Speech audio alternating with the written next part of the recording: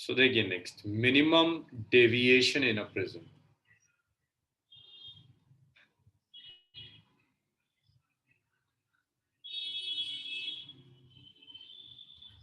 Prism में minimum deviation कितना होगा वो आपको कैलकुलेट करना है, minimum deviation in a prism.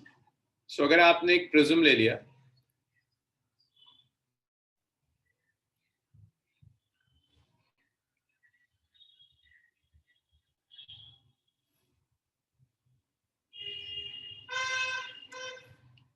ये आपने यहां पर लाइट रे को इंसिडेंट किया हुआ है।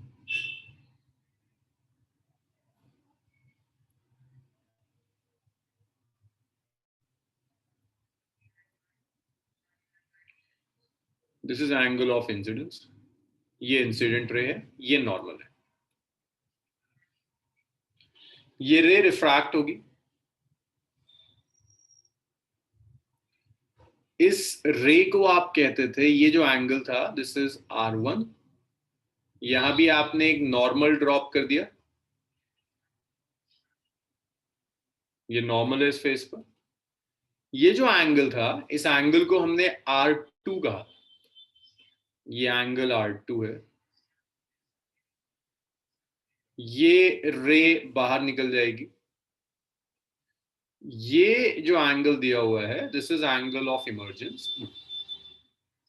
अगर रिफ्रैक्शन ना होता तो हमने ये भी डिस्कस किया था कि ये रे स्ट्रेट जाती, ये इमर्जेंट रे है। सो इंसिडेंट और इमर्जेंट रे के बीच में जो एंगल है that angle is known as angle of deviation, ये डेल्टा है, angle of deviation. So deviation के रिलेशंस हम कैलकुलेट कर चुके हैं, I1 प्लस I2 माइनस ए, कई रिलेशंस किए थे। अब यहां पर एक रिलेशन आता है जिसे कहते हैं मिनिमम डेविएशन। तो मिनिमम डेविएशन की कंडीशन है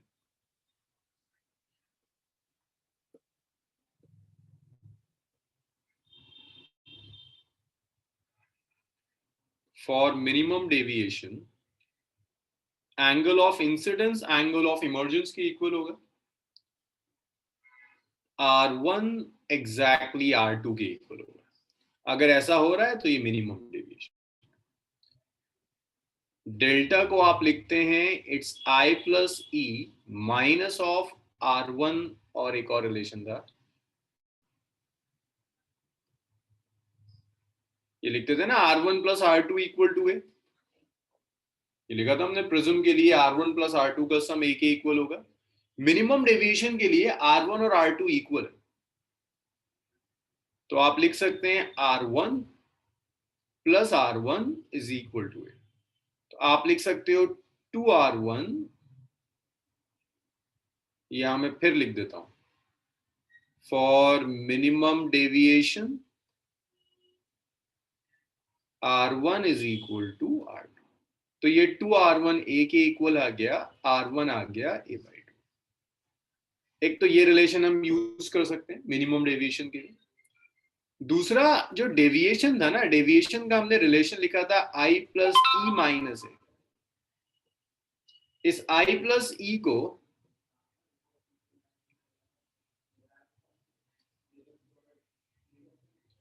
मिनिमम डेविएशन के लिए आप लिख सकते हैं I इज इक्वल टू ई। तो जब आप I इज इक्वल टू ई लिखोगे तो ये मिनिमम डेविएशन होगा it's I plus I minus.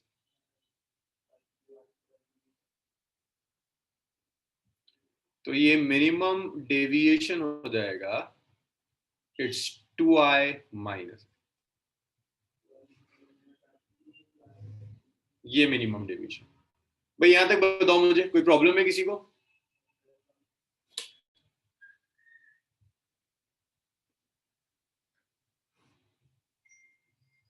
भाई यहां तक बताइए, कोई प्रॉब्लम इसमें?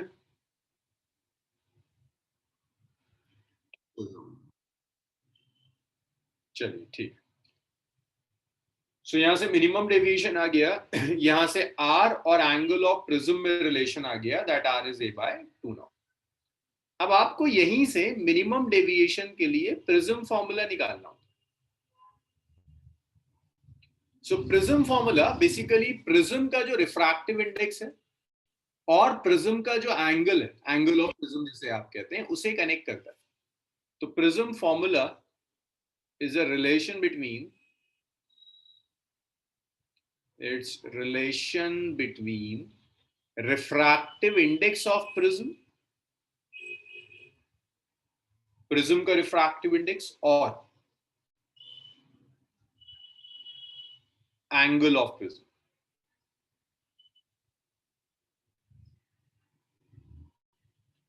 प्रिज्म के रिफ्रैक्टिव इंडेक्स और प्रिज्म के एंगल में जो रिलेशन होगा, उस रिलेशन को आप प्रिज्म फॉर्मूला कहते हैं। सो relation between refractive index and angle of prism.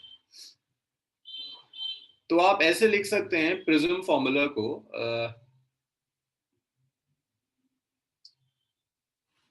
इस पॉइंट को मैं कुछ कह देता हूं, इससे मैं पॉइंट ए कह देता हूं। तो स्नेल्स लॉ में ए पर लगा रहा हूं।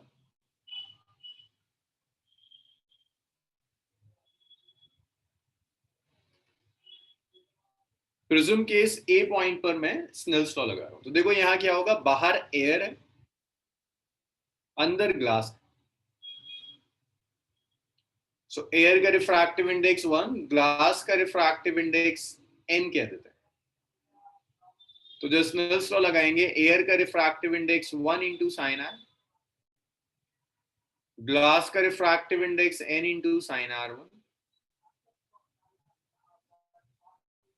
तो यहां से आप लिख सकते हैं n आ जाएगा its sine I divided by sine of R. इसे मैं कह रहा हूं इक्वेशन 1, इसे मैं कहता हूं इक्वेशन 2, और इसे मैं कहता हूं इक्वेशन 3। चलिए यहां तक बताइए, इक्वेशन 3 तक कहीं कोई डाउट? अरे जल्दी जल्दी बताओ, कोई डाउट किसी को इक्वेशन नंबर 3 तक?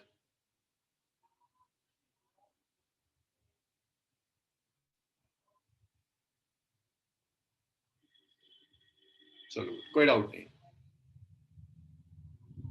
तो एक काम कर सकते हैं, देखिए आप क्या कर सकते हैं, आई की वैल्यू मैं 2 से रखता हूं।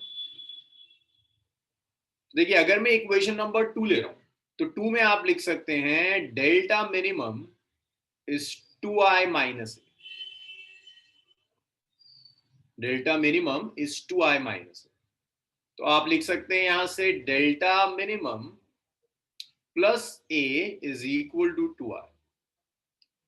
सो यहां से आई हो जाएगा it's delta minimum plus A by 2। This is equation number 4।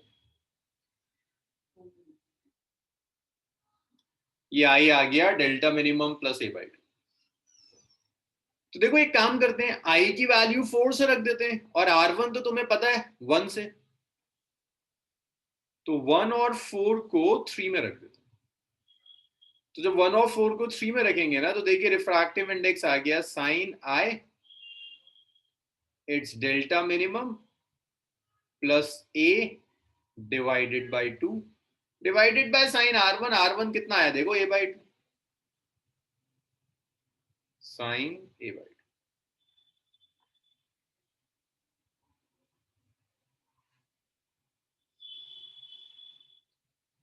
ये प्रिज्म का रिफ्रैक्टिव इंडेक्स है, sine of delta minimum plus A by 2 divided by sine of A by 2। This is the formula for refractive index of the prism.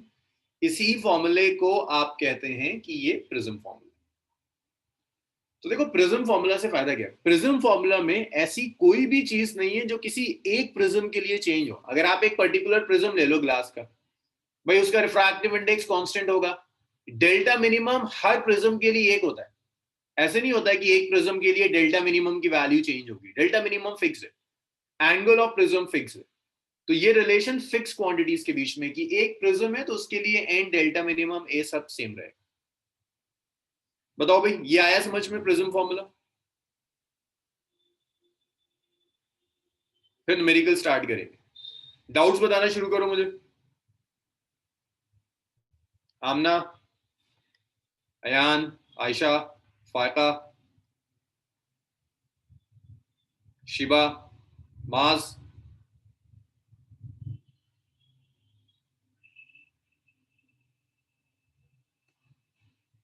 चलो माज कर रहे हो तुम?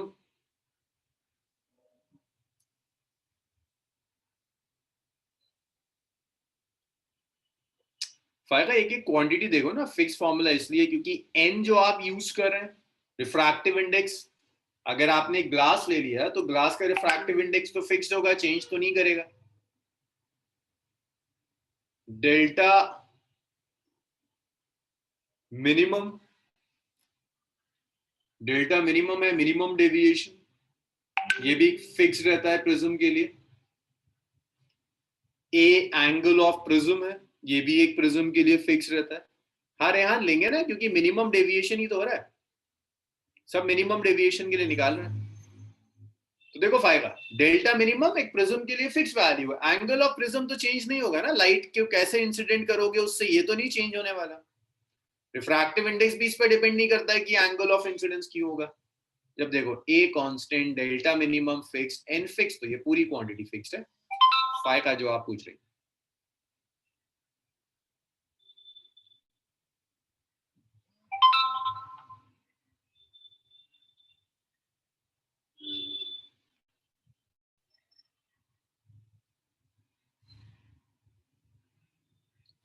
अयान देखो, मिनिमम डेविएशन कैलकुलेट कर रहे हैं प्रिज्म में, आपने लाइट को इंसिडेंट किया, this is angle of incidence, refract हो गई, this is angle of refraction, फिर ये बाहर निकलेगी, this is angle of emergence, और ये एंगल ऑफ डेविएशन है। सो जब मैंने लास्ट क्लास में यान प्रिज्म कराया था तो मैंने लिखवाया था R1 plus R2 is it. Minimum deviation जब होता है तो आई ई के इक्वल होता है और R1 R2 के इक्वल होता है, ये मैंने लास्ट क्लास में ग्राफ में शो कराया था। आई ई के इक्वल होगा, R1 R2 के इक्वल होगा। तो यहाँ R1 और R2 को इक्वल लिख दिया, R2 की जगह R1 लिख दिया, R1 आ गया A/2। डेविएशन होता है I प्लस ई माइनस है, आई और ई दोनों इक्वल है, तो आई ई की जगह भी आई रख दिया तो 2i माइनस है। अयान इसके बाद प्रिज्म फॉर्मूला चाहिए, तो यहां पर स्नेल्स लॉ लगा दिया। देखो यहाँ एयर है, refractive index 1, angle of incidence sine है, ग्लास में refractive index n, angle of refraction r, तो यहां से n आ गया sine i by sine r। i की वैल्यू मैंने यहां से निकाल दी, delta minimum is 2i by a, तो यहां से i निकाल दिया a plus delta minimum by 2। r1 तो a/2 था, वो मैंने यहां से उठा के रख दिया, तो ये आ गया sine delta minimum plus a/2 by sine a/2।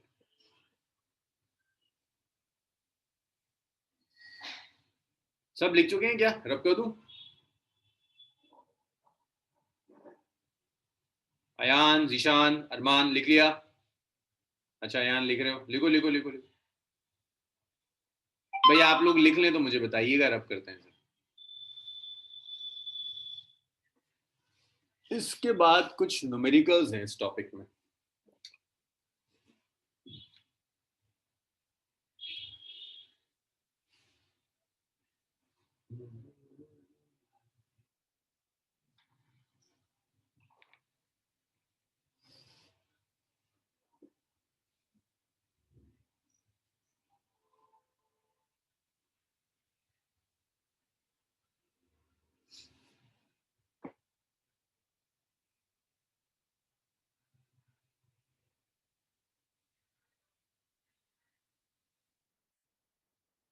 अरमान हो गया, रब कर दूं? अयान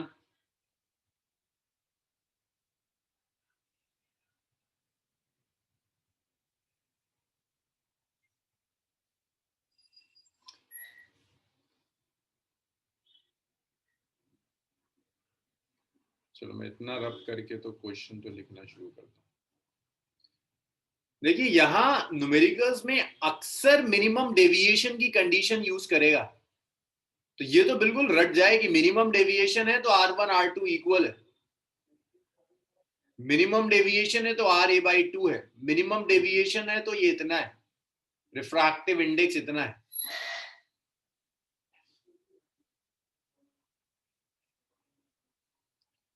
तो पहला क्वेश्चन है,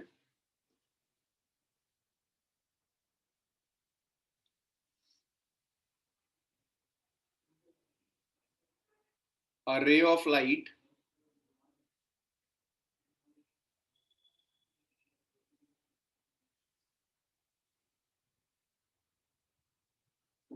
passes through an equilateral glass prism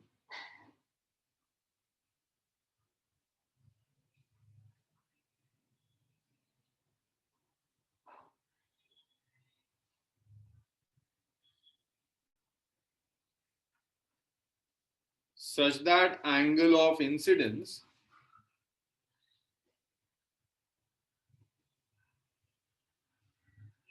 is equal to angle of emergence.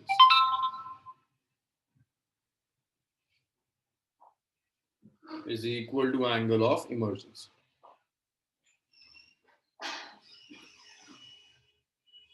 If angle of emergence is 3/4 times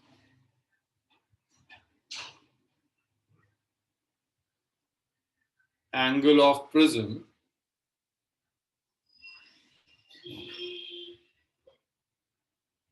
calculate first part.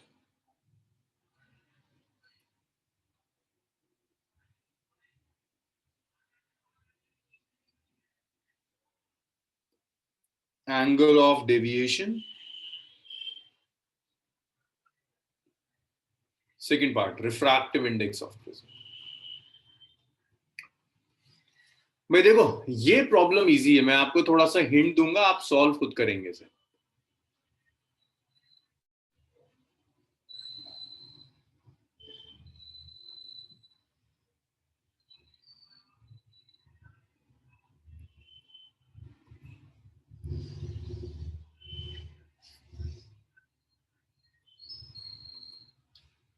Hint देख लो, solve तो आप करना, बस हिंट देकर छोड़ रहा हूं. इक्विलेटरल ग्लास प्रिज्म है, मींस तीनों एंगल्स 160 डिग्री, तो एंगल ऑफ प्रिज्म 60 डिग्री होगा. इक्विलेटरल ग्लास प्रिज्म दिया है, दैट मींस ए 60 डिग्री. वगैरह angle of incidence is equal to angle of emergence. Angle of emergence is 3/4 times the angle of prism. तो angle of emergence आप calculate कर सकते हैं, 3/4 है. एंगल ऑफ इंसिडेंस उसने दिया हुआ एंगल ऑफ इमर्जेंस के इक्वल. तो मेरे ख्याल से मिनिमम डेविएशन की कंडीशन उसने आपको दी हुई है. यहां रख दो, मिनिमम डेविएशन आ जाएगा. यहां रख दो सारी वैल्यूज, रिफ्रैक्टिव इंडेक्स आ जाएगा. करो जरा कैलकुलेट.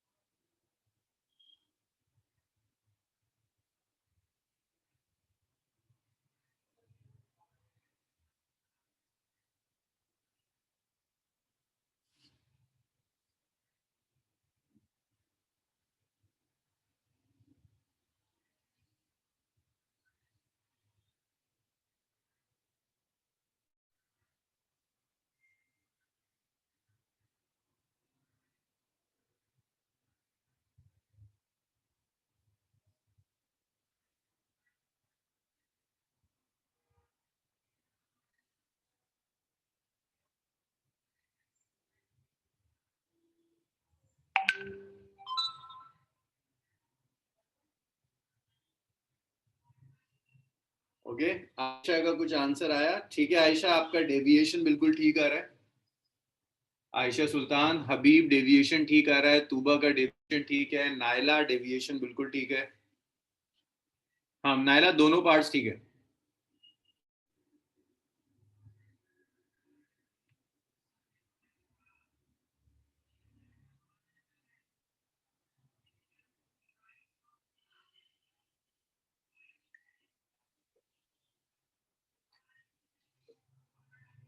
नहीं खुर्रम, फर्स्ट पार्ट में कुछ गड़बड़ है, चेक. शीबा का ठीक है आंसर, दोनों पार्ट्स ठीक है शीबा के. आयशा ठीक है. सुहेल कुछ गड़बड़ है, चेक करो.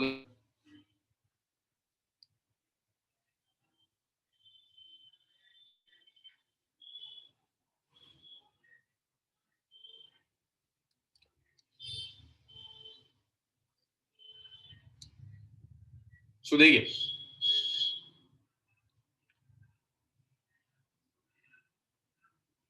देखो 3/4 टाइम्स एंगल ऑफ प्रिज्म है ना, डिग्री में तो रखना है 60. तो एंगल ऑफ इमर्जेंस आ गया 45 डिग्री. ये एंगल ऑफ इमर्जेंस. अगर एंगल ऑफ इमर्जेंस आ गया आपके पास तो आप एंगल ऑफ डेविएशन निकाल सकते हैं। एंगल ऑफ मिनिमम डेविएशन क्या होता है? Twice of angle of incidence minus A. Angle of incidence उतना ही होगा जितना एंगल ऑफ इमर्जेंस है, which is equal to 45 degree. तो यहां से मिनिमम डेविएशन आएगा, it's 2 into 45 degree minus angle of prism which is 60 degree. 90 minus 60, angle of minimum deviation आ गया 30 डिग्री। निशान बताओ मुझे, यहां तक क्लियर है?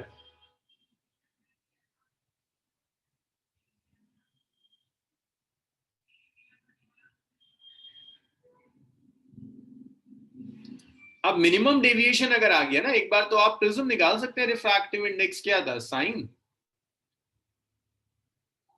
ए plus delta minimum by 2 by sine A by 2। तो एन आ गया sine A which is 60 degree plus 30 degree by 2 divided by sine A by 2।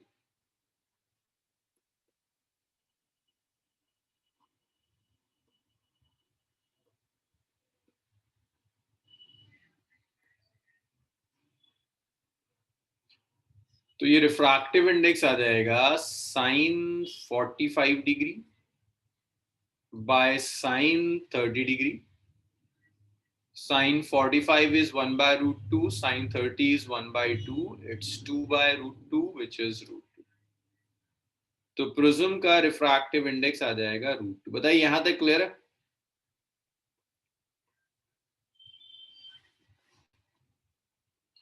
भाई जिन लोगों से नहीं हो रहा था, क्लियर हो गया ये? धीरे धीरे स्टैंडर्ड बढ़ाएंगे तो बड़ा इजी सा था।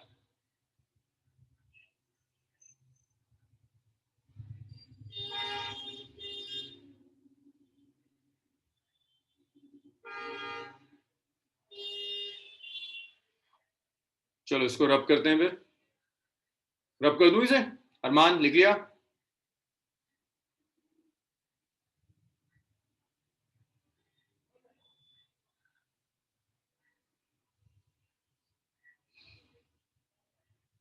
लिखिए अरमान, इतना हो जाए तो बताइएगा मुझे।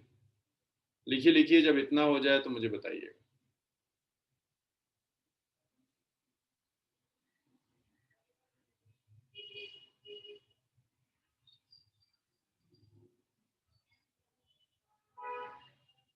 Okay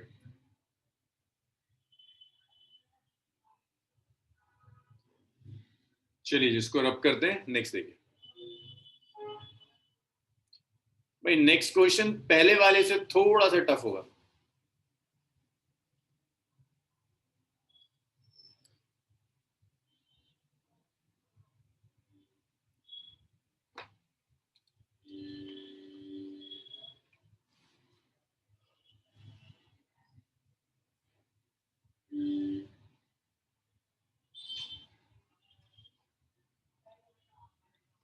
Calculate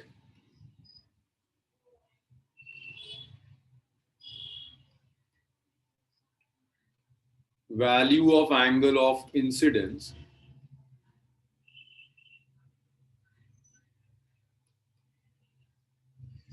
when ray of light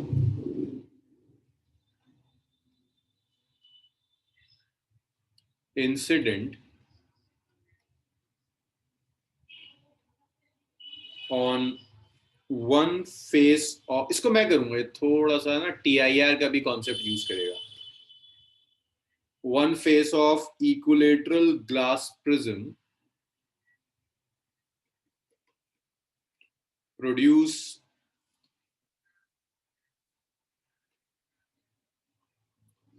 emergent ray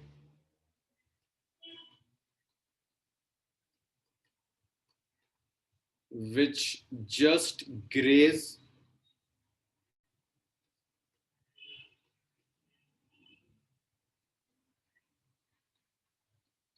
along the adjacent face.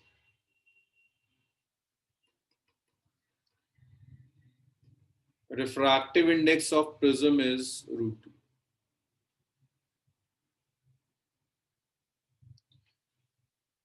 ये प्रिज्म के मीडियम का रिफ्रैक्टिव इंडेक्स है √2।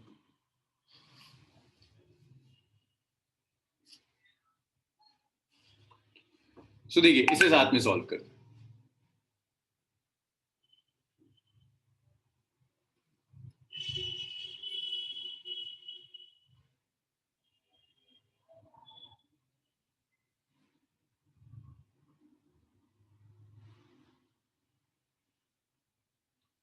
तो ये आपको ग्लास प्रिज्म दिया हुआ है, इक्विलेटरल ग्लास प्रिज्म है, हर एंगल 60 डिग्री।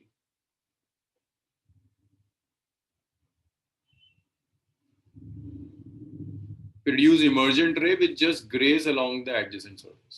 तो देखिए आपने यहां पर एक रे इंसिडेंट कर दी,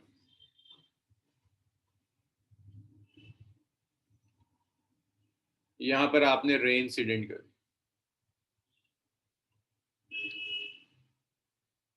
ये आपने नॉर्मल ड्रॉप कर दिया,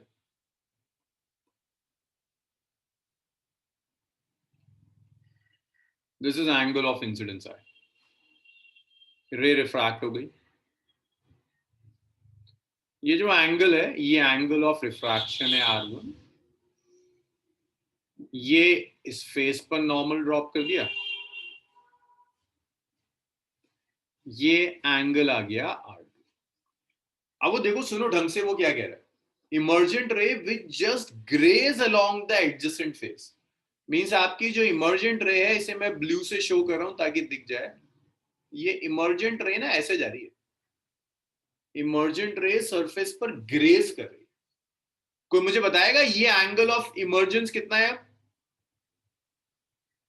अगर रे सरफेस पर ग्रेज करना शुरू कर दे तो ई कितना होता है? कोई बताएगा मुझे?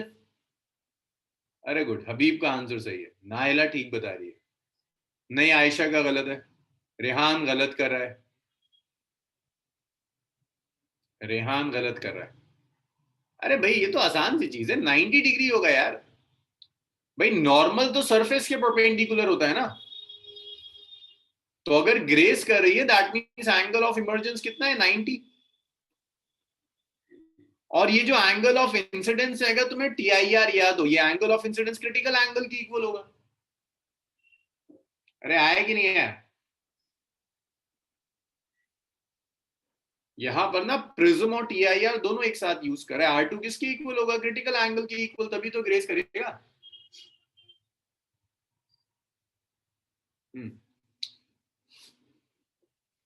तो तुम इसे ऐसे लिख सकते हो कि R2 जो होगा वो क्रिटिकल एंगल की इक्वल होगा, और इसे आप ऐसे लिख सकते हैं, साइन सी होता है 1/n, रिफ्रैक्टिव इंडेक्स दिया है √2,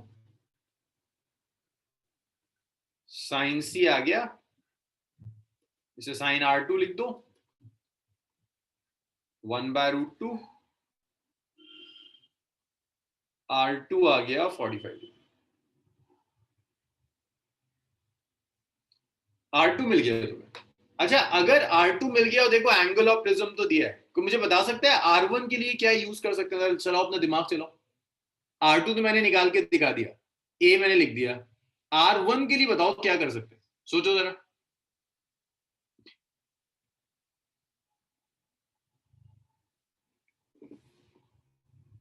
अरे नहीं, वो तो तब होता है जब मिनिमम डेविएशन हो शिवा, मिनिमम डेविएशन कहीं नहीं लिखा।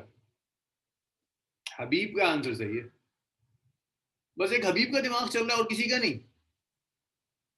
हाँ नायला का सही आंसर, और किसी का? शिवा जो आप लिख रही है ना A/2, वो तब होगा जब सिर्फ मिनिमम डेविएशन हो। अरे बहुत बढ़िया, जीशान का भी सही है, गुड। और जीशान का भी सही है, अबू हुरैरा का भी ठीक है, खुर्रम का भी ठीक आया। हाँ आयशा, एंगल ऑफ प्रिज्म है ना, R1 + R2 इज A, तो R1 + 45 degree is A which is 60 degree. Equilateral glass prism का है ना, इसलिए मुझे पता है कि 60 डिग्री होगा एंगल। R1 आ गया 60 - 45, तो R1 आ गया 15 डिग्री। R1 आ गया। अब मुझे बताओ E तो पता है, I कैसे निकालेंगे? को बता सकते हैं I कैसे आएगा? सोचो जरा, I के लिए क्या यूज करें?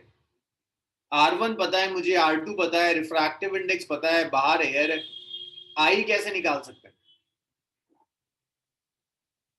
दिमाग तुम चलाओगे, मैं तो बस लिखूंगा यहाँ। I के लिए क्या करना होगा जरा बताओ मुझे, सोचो।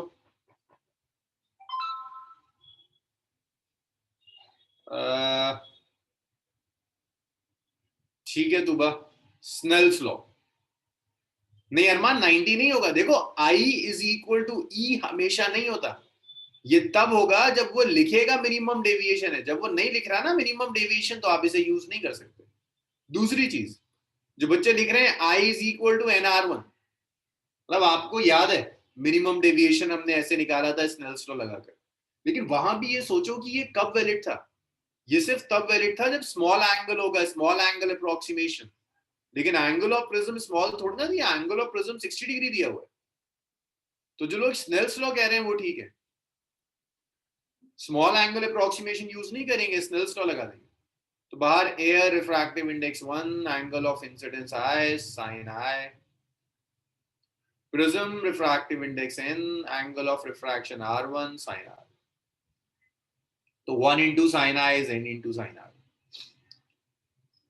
तो साइन I आ गया N which is √2 multiplied by sine 15 degree.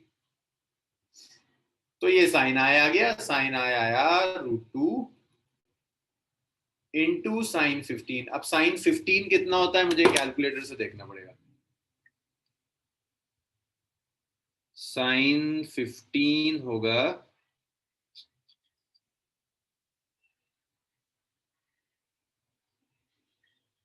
Sign 15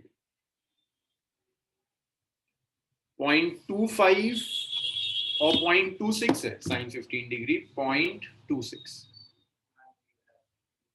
तो यहां से आई लिख सकते हो साइन इनवर्स √2 इंटू 0.26।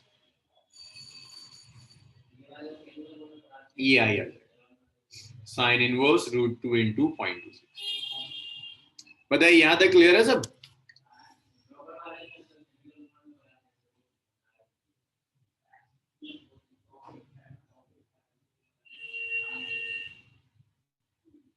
चलिए इतना लिखिए, एक न्यूमेरिकल और करेंगे फिर आगे बढ़ जाएंगे।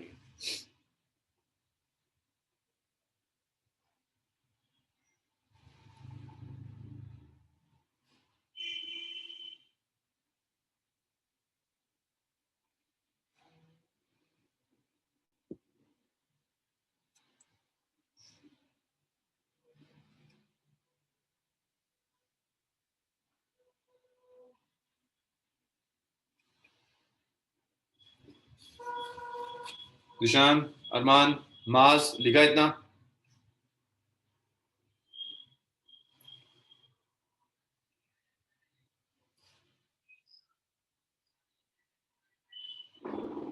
अरमान मैं रब कर रहा हूं अब।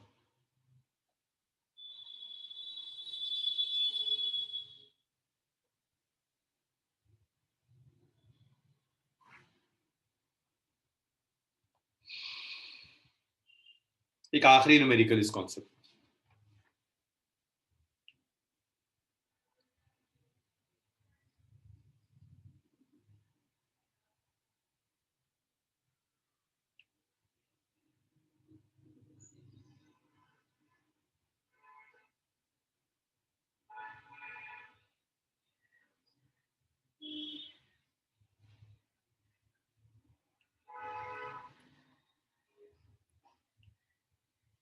इसे मैं, इसमें मैं कोई हेल्प नहीं करूंगा।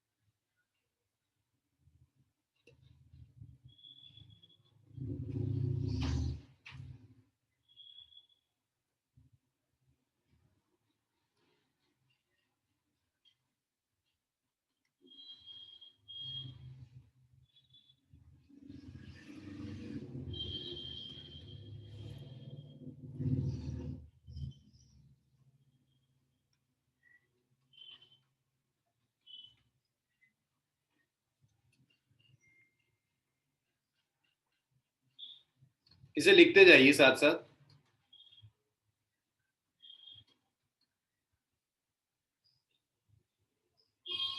अरे ऑफ लाइट पी क्यू।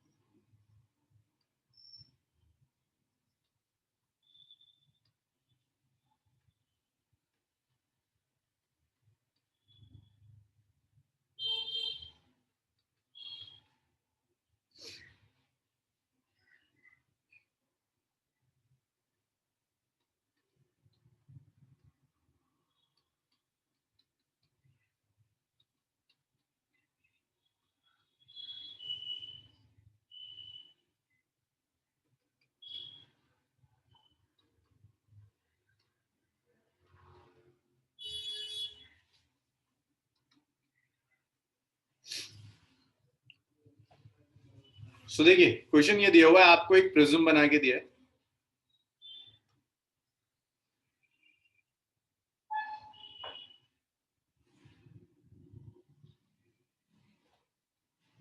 आपने लाइट रे को इंसिडेंट कर दिया इस प्रिज्म पर किसी एंगल पर, ऐसे आपने लाइट रे इंसिडेंट की हुई।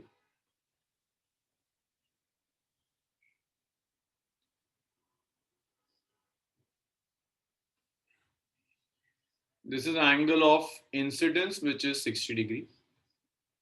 अगर रिफ्रैक्शन ना होता तो ये रे स्ट्रेट जाती। This is angle of prism which is 30 degree. Refraction की वजह से ये रे थोड़ा सा बेंड कर गई।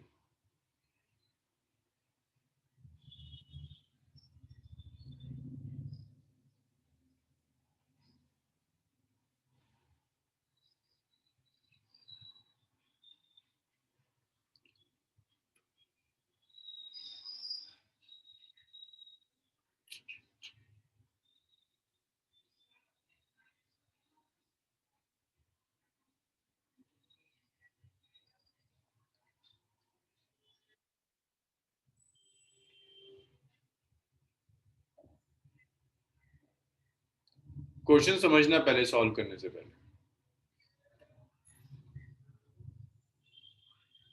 सो ये प्रिज्म है, यहां आपने लाइट रे को इंसिडेंट कर दिया। प्रिज्म पर यहां आपने लाइट रे इंसिडेंट की हुई। ये एंगल ऑफ इंसिडेंस दिया है 60 degree, angle of prism is 30 degree. The ray emerging out of the prism makes an angle of 60 degree with incident ray, which is all कह रहा है show that emergent ray is perpendicular to face BC। तो ये BC है, ये AB है। कह रहा है ये जो इमर्जेंट रे है, ये इमर्जेंट रे परपेंडिकुलरली पास हो रही है, और ये जो इंसिडेंट रे थी आपकी, ये रिफ्रैक्शन ना होता तो रे स्ट्रेट जाती। ये आपकी इंसिडेंट रे, इंसिडेंट रे और इमर्जेंट रे के बीच में एंगल दिया है 60 डिग्री। मुझे बता सकते हो ये 60 डिग्री है क्या एग्जैक्टली? एंगल ऑफ इंसिडेंस है, इमर्जेंस है, डेविएशन है, रिफ्रैक्शन है, क्या है ये वाला 60? ये वाला 60 है कौन सा एंगल? डेविएशन है। गुड। तो आपको एंगल ऑफ डेविएशन दिया हुआ है 60 डिग्री।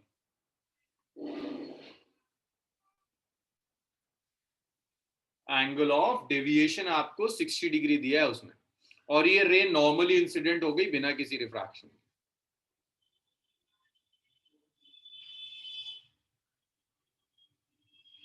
और जो इंसिडेंट रे है उसके साथ ये angle 60 degree, angle of incidence दिया है 60 डिग्री। अब सारा खेल है, और एंगल ऑफ प्रिज्म दिया है 30 डिग्री। मुझे ये शो करना है कि ये एंगल 90 डिग्री होगा। एंगल ऑफ इमर्ज, ये एंगल 90 डिग्री है परपेंडिकुलर। को बता सकता है ई कितना होगा? यहाँ एंगल ऑफ इमर्जेंस कितना है? परपेंडिकुलर प्रूफ करना है, that means angle of emergence कितना है?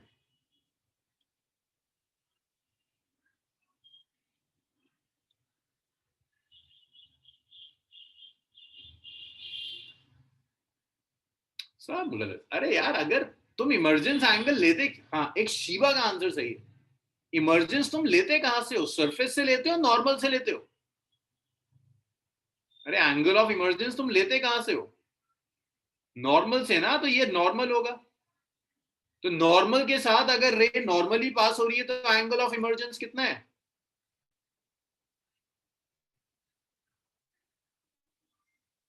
अरे भाई, ये एक सरफेस दी है, ये नॉर्मल है, मैं कह रहा हूं रे मैंने नॉर्मली इंसिडेंट कर दी, तो एंगल तो जीरो होगा। वो कह रहा है रे नॉर्मली जा रही है, देखो perpendicular two phase BC, that means angle of emergence आपका 0 डिग्री। भाई बताओ, आया है समझ में कि अगर ये रे नॉर्मली जा रही है तो एंगल ऑफ इमर्जेंस 0 डिग्री होगा। तो ये आपको प्रूफ करना है। तो देखो कितना आसान तरीका है प्रूफ करने का। भाई देखो, डेविएशन का ये रिलेशन जानते हो ना, it's i plus e minus A. सब वैल्यू रख दो। डेल्टा कितना है? 60। आई कितना है? 60। ई कैलकुलेट करना है, ये प्रूफ करना है। Minus angle of prism 30 degree.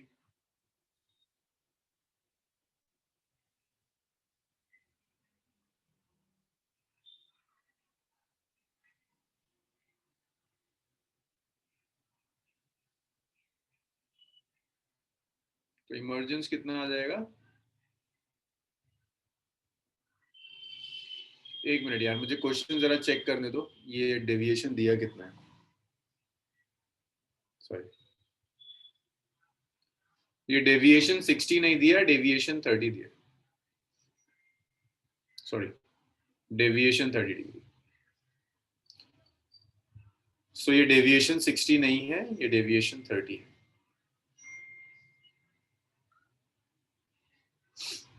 तो अब यहाँ वैल्यू देखिए, this is 30,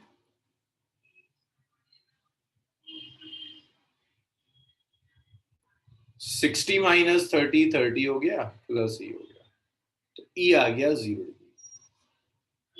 angle of emergence यहां से 0 डिग्री आ गया। अब अगर एंगल ऑफ इमर्जेंस आ गया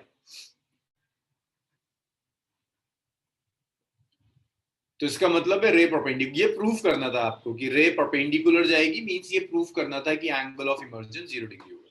यहां तक बताओ कोई प्रॉब्लम है?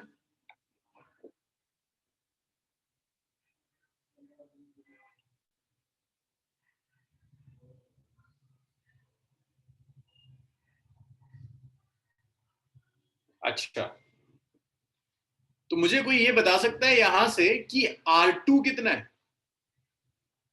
यहां R2 की वैल्यू कितनी है? रे नॉर्मली जा रही है, अभी तो रिफ्रैक्टिव इंडेक्स चाहिए ना, उसके लिए R1 की जरूरत पड़ेगी। पहले R2 बता दो मुझे कितना है।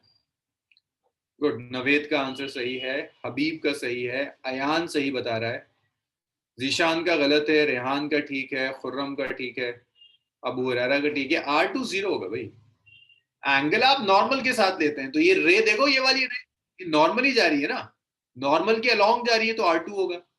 अगर ऐसा होता है कि ये नॉर्मल होता और रे ऐसे जाती, तो इसे आप R2 कहते। बट आप खुद कह रहे हो कि रे नॉर्मली जा रही है, तो R2 0 होगा।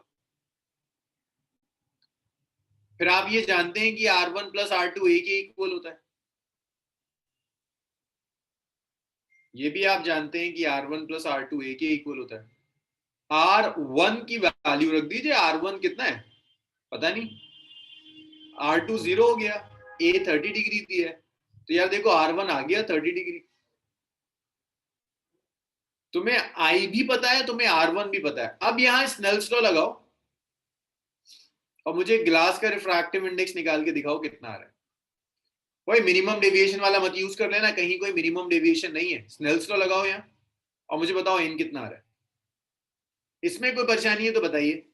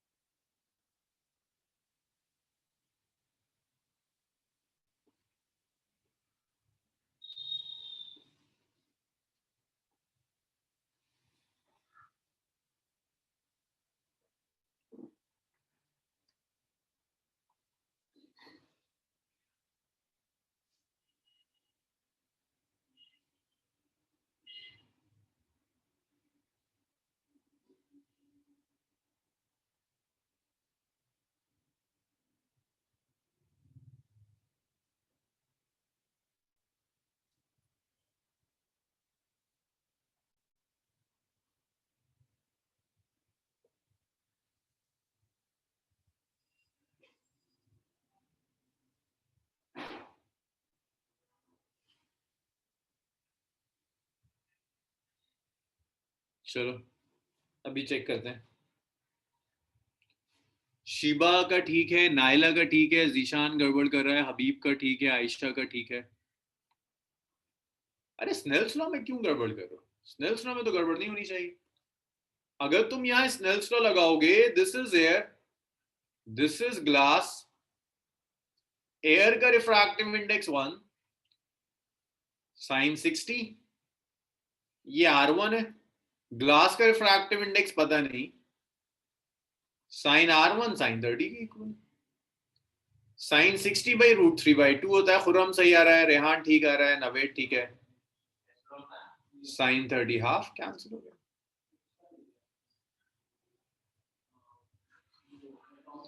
रिफ्रैक्टिव इंडेक्स हो गया √3 रिफ्रैक्टिव इंडेक्स। क्लियर है? हाँ दिशान अब ठीक है।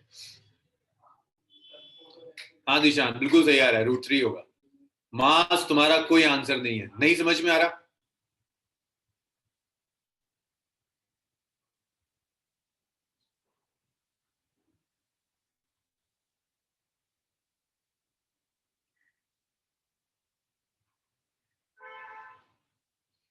तो मास आंसर भी तो आने चाहिए। देखो तुम्हारा एक भी आंसर नहीं होता, कोई आंसर नहीं देते।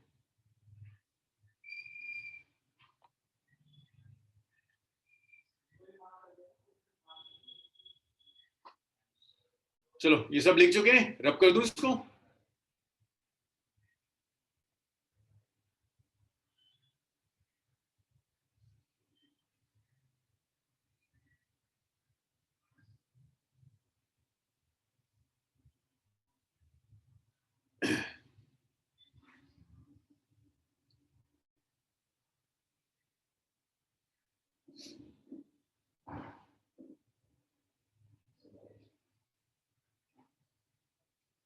चलिए खत्म हुआ, अब नेक्स्ट देख।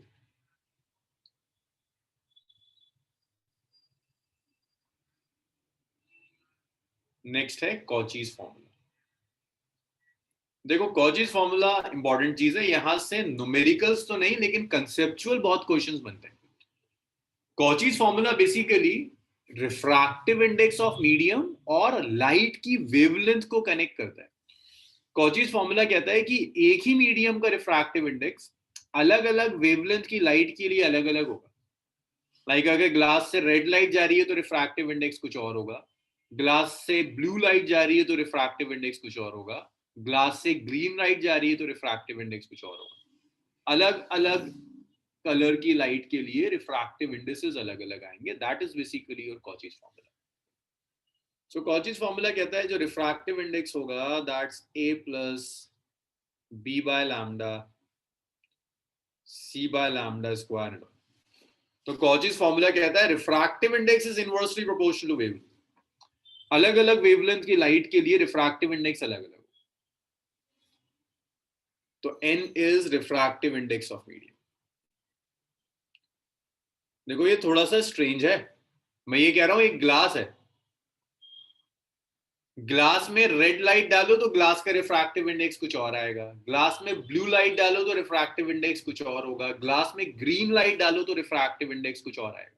ये है बेसिकली कॉचीज फॉर्मूला। अलग अलग कलर्स के लिए रिफ्रैक्टिव इंडेक्सेस की वैल्यूज अलग अलग, इसे आप कॉचीज फॉर्मूला। तो refractive index of a medium is inversely proportional to the wavelength. अलग अलग वेवलेंथ की लाइट के लिए रिफ्रैक्टिव इंडेक्सेस की एग्जैक्टली अलग अलग वैल्यूज आएंगे, एब्सोल्युटली अलग अलग वैल्यूज होंगे। सो अगर मैं आपसे कहूं कि रेड और ब्लू लाइट का रिफ्रैक्टिव इंडेक्स कंपेयर करो, तो भाई रेड लाइट की वेवलेंथ ब्लू से ज्यादा होती है।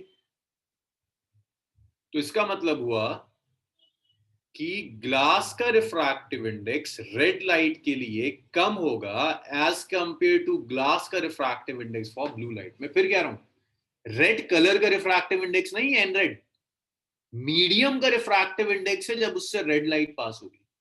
जो मैं एन ब्लू लिख रहा हूं वो ब्लू कलर का रिफ्रैक्टिव इंडेक्स नहीं है, वो मीडियम का रिफ्रैक्टिव इंडेक्स है जब उससे ब्लू लाइट पास हो। So n red is refractive index of medium, refractive index of medium for red light.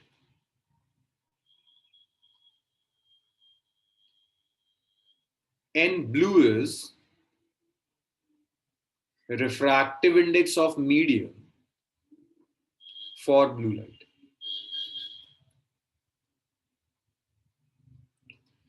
तो ब्लू लाइट जब पास होगी तो रिफ्रैक्टिव इंडेक्स एन ब्लू होगा, जब रेड लाइट पास होगी तो रिफ्रैक्टिव इंडेक्स मीडियम का एन रेड होगा.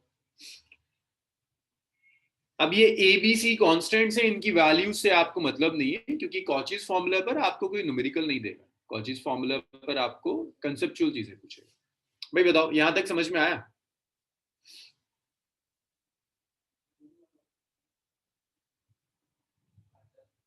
भाई यहां तक क्लियर है कॉचीज फॉर्मूला? कोई डाउट किसी को?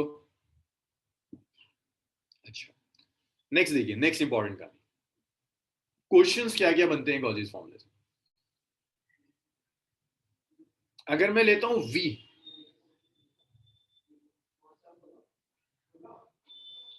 which is speed of light in medium.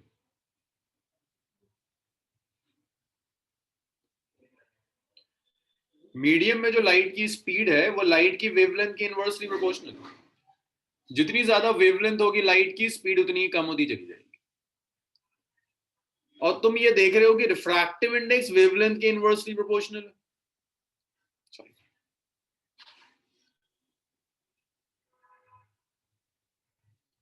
Speed of light refractive index के इनवर्सली प्रोपोर्शनल होती है. जिस मीडियम का रिफ्रैक्टिव इंडेक्स जितना ज्यादा, उसमें वेवलेंथ स्पीड उतनी ही कम होगी. और रिफ्रैक्टिव इंडेक्स इनवर्सली प्रोपोर्शनल है वेवलेंथ के. तो यहां से तुम कंक्लूड कर सकते हो कि स्पीड वेवलेंथ के directly proportional.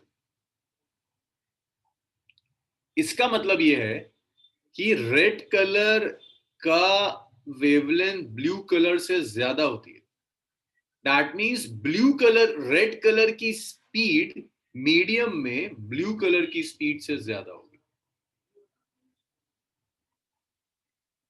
V red is speed of light in medium for red color,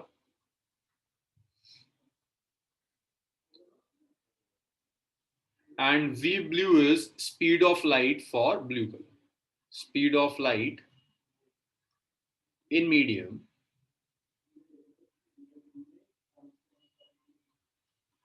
for blue color.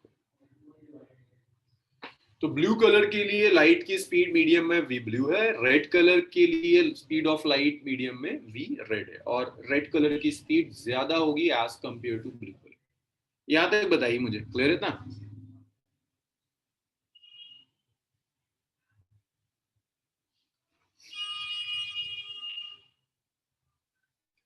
अच्छा, अब यहां से देखो एक क्वेश्चन उठता है बड़ा लॉजिकल, कि मैं कह रहा हूं हर कलर के लिए मीडियम का रिफ्रैक्टिव इंडेक्स अलग है. ग्लास का रिफ्रैक्टिव इंडेक्स कितना होता है? जल्दी बताओ, जल्दी बताओ, जल्दी बताओ. ग्लास का रिफ्रैक्टिव इंडेक्स कितना होता है?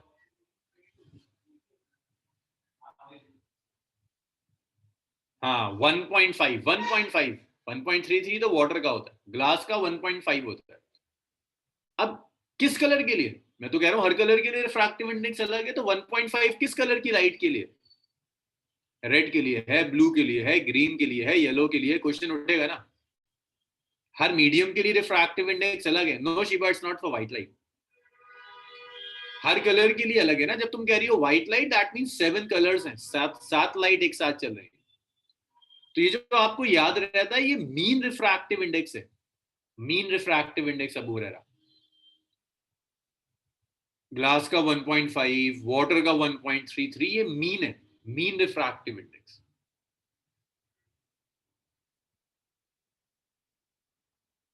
Mean refractive index. अब देखो ये मीन रिफ्रैक्टिव इंडेक्स कैसे कैलकुलेट किया जाता है. मीन रिफ्रैक्टिव इंडेक्स होता है refractive index of blue colour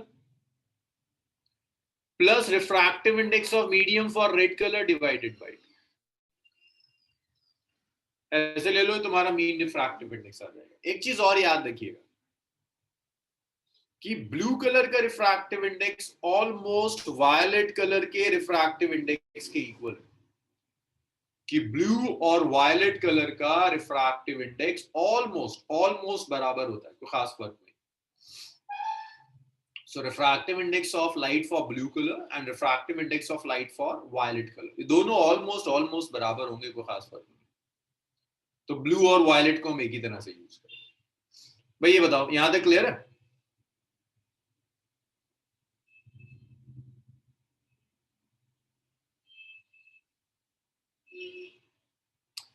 एक और इंटरेस्टिंग चीज आती है, देखो यहाँ ये जो मीन कलर का रिफ्रैक्टिव इंडेक्स है ना, ये बेसिकली येलो कलर के इक्वल आता है. तो तुम मीन ले लो, रेड का रिफ्रैक्टिव इंडेक्स लो, ब्लू का लो, 2 से डिवाइड कर दो, ये मीन रिफ्रैक्टिव इंडेक्स है. और जब तुम येलो कलर का लोगे तो एग्जैक्टली मीन के इक्वल आ जाएगा.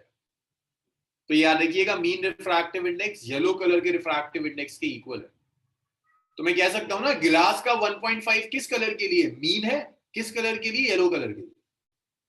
वाटर का 1.33 कैसा रिफ्रैक्टिव इंडेक्स है, मीन है. ओके, अच्छा मीन तो है, किस कलर के लिए, किस कलर के लिए, येलो कलर. इतना लिखिए.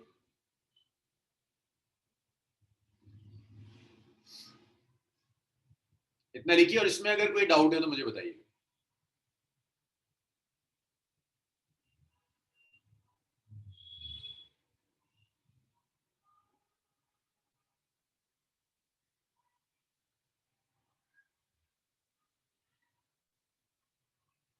हाँ रेहान, एक्सट्रीम कलर्स लेते हैं. विबग्योर का जो पैटर्न है ना, इसमें एक एक्सट्रीम रेड है, एक एक्सट्रीम वायलेट है.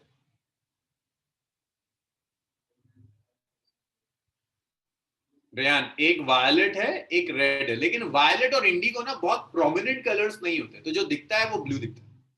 तो इसीलिए एक्सट्रीम है ब्लू और रेड. फाइव का मिनिमम नहीं है, मीन है, मीन एवरेज.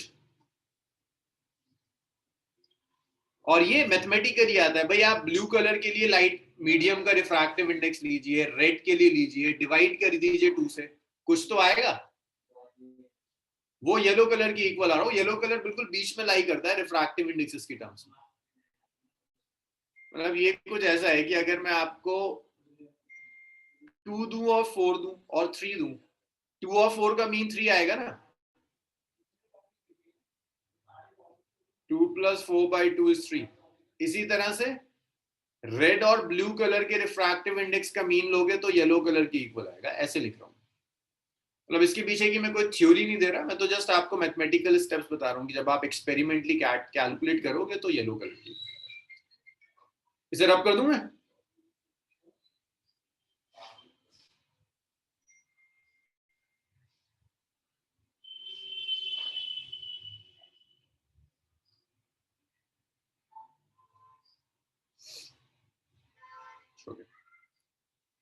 नेक्स्ट देखिए,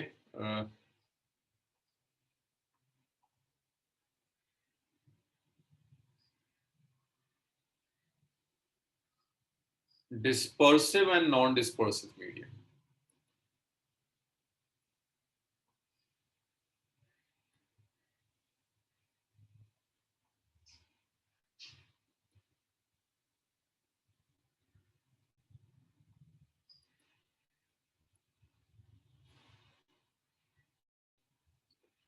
देखिए, डिस्पर्सिव बेसिकली वो मीडियम है जिस मीडियम में सारे कलर्स एक ही स्पीड से ट्रैवल करें, सॉरी अलग अलग स्पीड से ट्रैवल करें.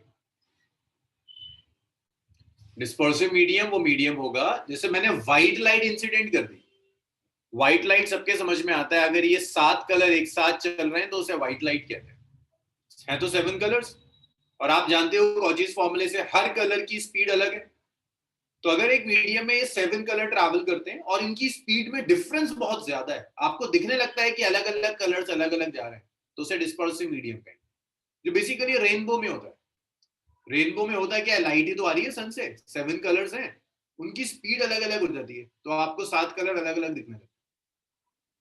तो डिस्पर्सिव मीडियम का मतलब है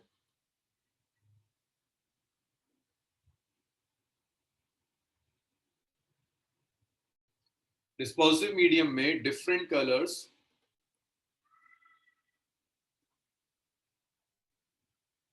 ट्रैवल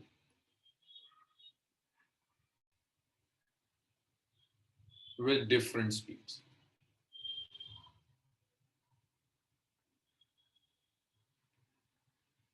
अलग अलग कलर्स अलग अलग स्पीड से ट्रैवल करेंगे डिस्पर्सिव। इसका एग्जांपल है ग्लास, प्रिज्म का ग्लास ले लो तो उसमें अलग अलग कलर्स अलग अलग स्पीड से ट्रैवल करते हैं। नेक्स्ट है non dispersive medium.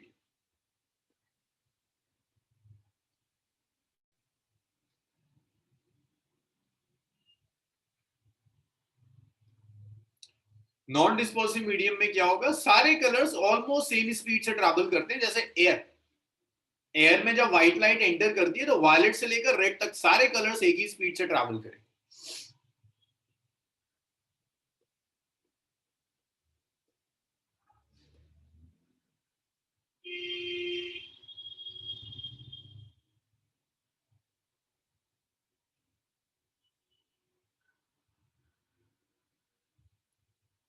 Air non dispersive है, इसमें सारे कलर्स एक ही स्पीड से ट्रैवल करेंगे, तो लाइट स्प्लिट नहीं होती। इतना लिख लीजिए, फिर देखते हैं आगे और क्या क्या करना है।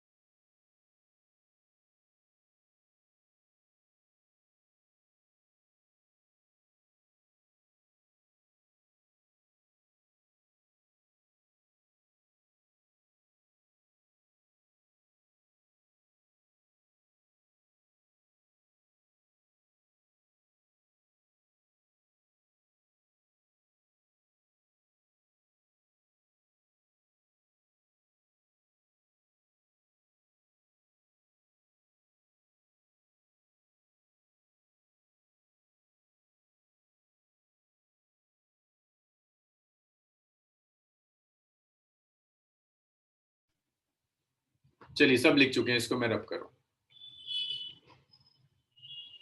नेक्स्ट देखिए डिस्पर्शन।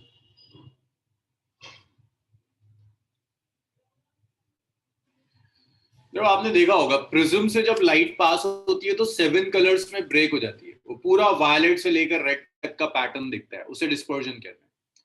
या रेनबो से भी जब लाइट पास होगी तो 7 कलर्स में ब्रेक हो जाती है, उसे भी डिस्पर्शन कहते हैं। तो देखो डिस्पर्शन क्या है,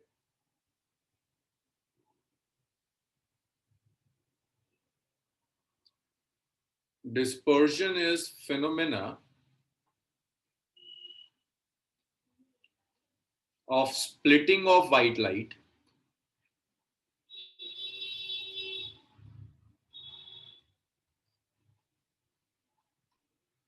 into its constituent colors is dispersion. So white light को उसके जो कलर्स हैं like violet, indigo, blue, green, red, इन सब में जो ब्रेक हो जाएगी उसे डिस्पर्शन कहते हैं। On passing through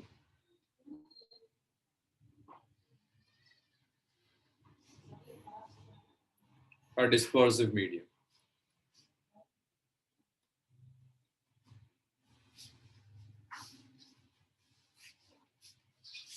तो जब लाइट किसी डिस्पर्सिव मीडियम से पास करेगी तो वो 7 कलर्स में ब्रेक हो जाती है, उसी ब्रेक होने को आप डिस्पर्शन कहते हैं। सो अगर मैं उसे शो करूं यहां,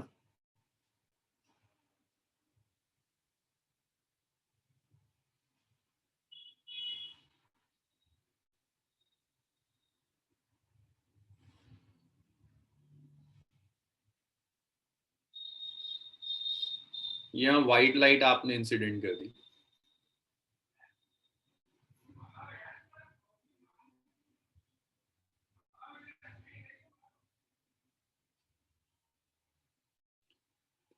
तो देखिए जैसे ही ये लाइट इस मीडियम में एंटर करेगी, ये डिस्पर्सिव मीडियम हर कलर अलग स्पीड से ट्रैवल करेगा, तो ये लाइट 7 कलर्स में ब्रेक होना शुरू हो जाएगी। तो ये कुछ ऐसा दिखेगा।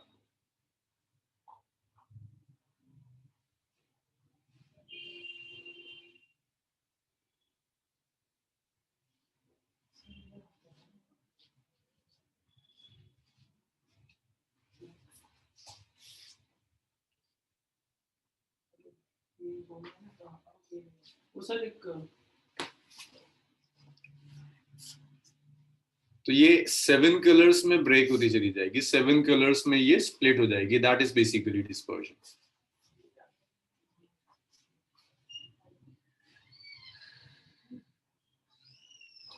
अब ये 7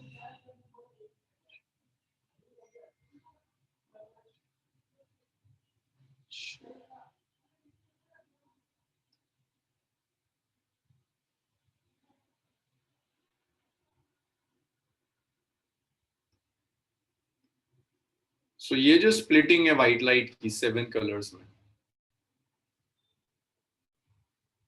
इसी स्प्लिटिंग को आप डिस्पर्जन कहेंगे।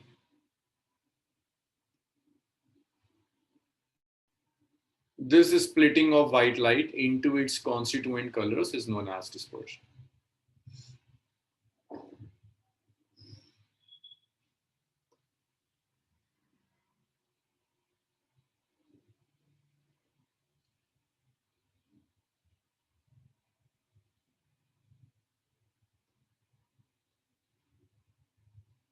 तो ये ऐसे जाता है, मैंने उल्टे दे दिए कलर्स, विप गिव। सबसे ऊपर रेड होगा, सबसे नीचे वायलेट होगा। तो मैं इस कलर्स को अलग अलग ड्रॉ करता हूँ।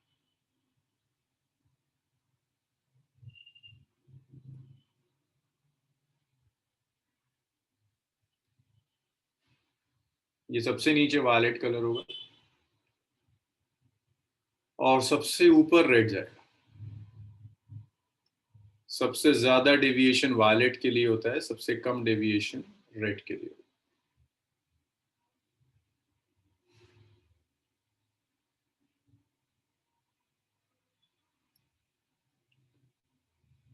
इस स्प्लिटिंग को आप डिस्पर्जन कहोगे कि लाइट 7 कलर्स में स्प्लिट हो जाती है, this is known as dispersion. This is angle of incidence. This is angle of prism.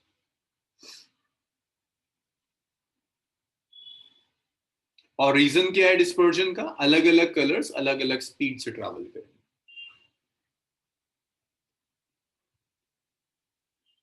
Cause of dispersion,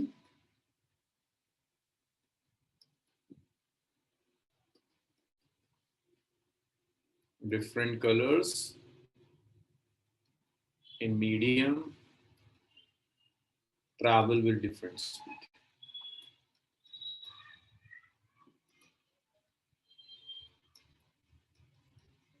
ऐसे लिख सकते हो आप, Cauchy's formula n is inversely proportional to lambda। ये बताइए डिस्पर्जन समझ में आया आपको?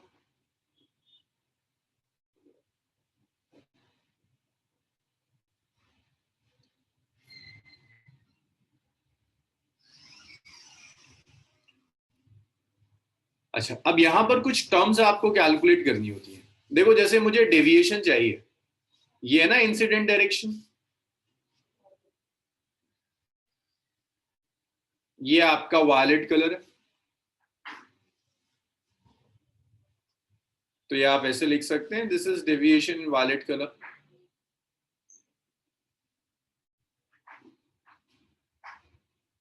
तो ये जो आएगा, this is deviation of violet colour. ऐसे ही ये रेड कलर है,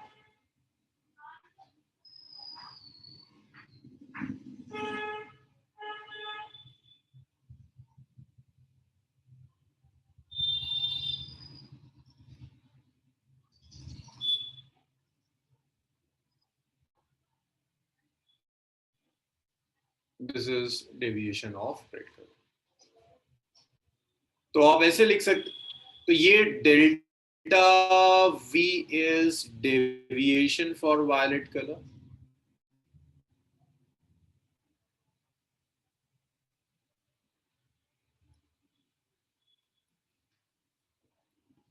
delta R is deviation for red.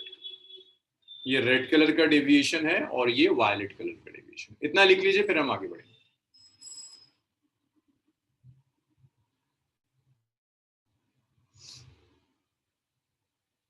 फिर एक दो क्वांटिटीज और यहाँ कैलकुलेट कर दी।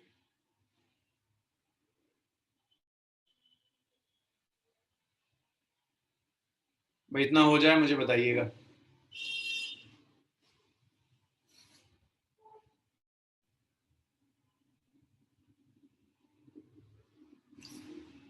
आप ना अगर एक साथ दिखते हैं ना तो आप उसे कहते हैं कि व्हाइट लाइट है। ऐसे ही दिखता है ना, रेनबो में सारे कलर्स दिखते तो हैं। कलर्स दिखने का मतलब ही यही है कि लाइट स्प्लिट हो गई। अगर लाइट स्प्लिट नहीं होती तो आपको व्हाइट लाइट दिखती, जैसे टॉर्च से लाइट आती है व्हाइट लाइट, वो व्हाइट लाइट दिखती। रेनबो दिखने का मतलब भी यही है कि अलग हो। अब ऐसा नहीं होता है कि कलर्स में बहुत डिफरेंस हो जाएगा कि वायलेट यहाँ है तो रेड कुछ डिस्टेंस के बाद जाएगा, सेपरेशन बहुत कम होता है। लेकिन वो रेनबो का दिखना ही मतलब है कि कलर्स अलग अलग।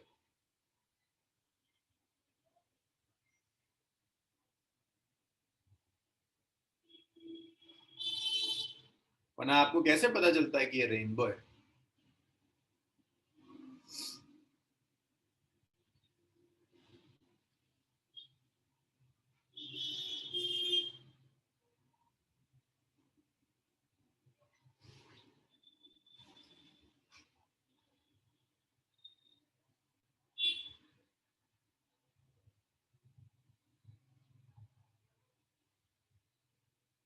चलिए अब कर दूं इसको।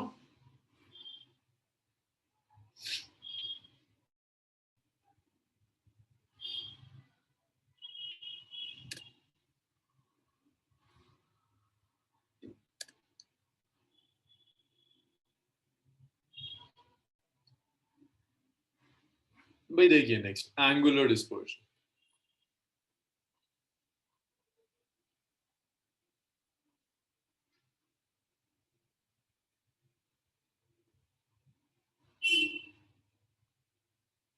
तो देखो एंगुलर डिस्पर्शन क्या होगा। एंगुलर डिस्पर्शन बेसिकली वायलेट और रेड कलर के डेविएशन का डिफरेंस है। This is difference in deviation of violet and red. Violet और रेड कलर के डेविएशन में जो भी डिफरेंस है उसे आप एंगुलर डिस्पर्शन कहते हैं। तो एंगुलर डिस्पर्शन को ऐसे लिखते हैं, deviation of violet colour minus deviation of red colour. तो आप ऐसे लिख सकते हो, डेविएशन ऑफ वायलेट कलर का मतलब है n violet minus one into ए।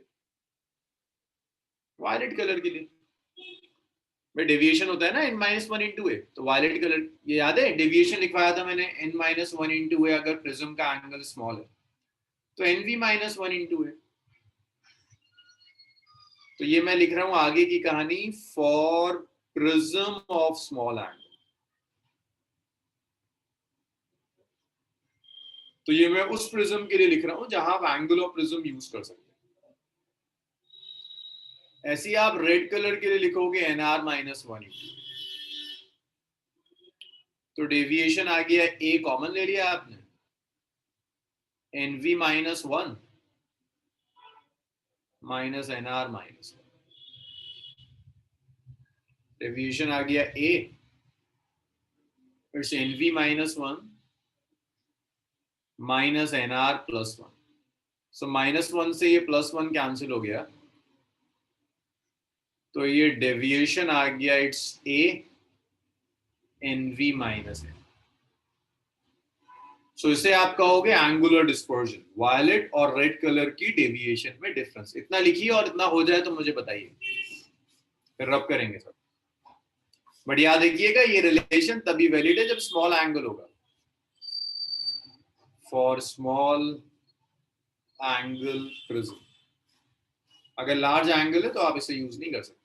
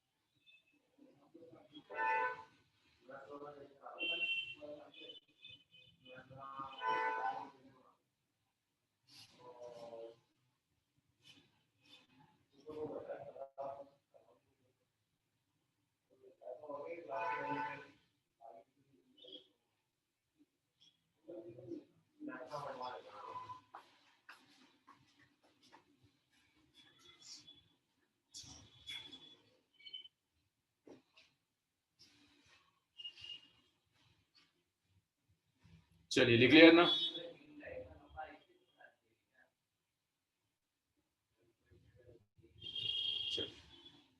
इसके बाद देखिए mean deviation.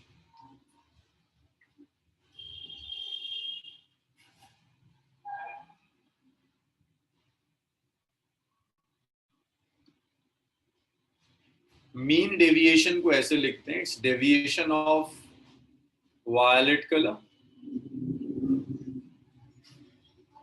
Plus deviation of red colour divided by, ये मीन डेविएशन है।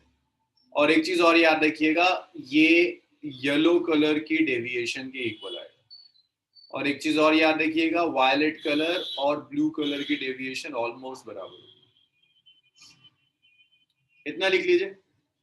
बस एक डेफिनेशन और है, तो इसको हम थर्सडे वाइंड अप कर देंगे प्रिज्म को, फिर ऑप्टिकल इंस्ट्रूमेंट स्टार्ट करेंगे। इतना लिख लीजिए।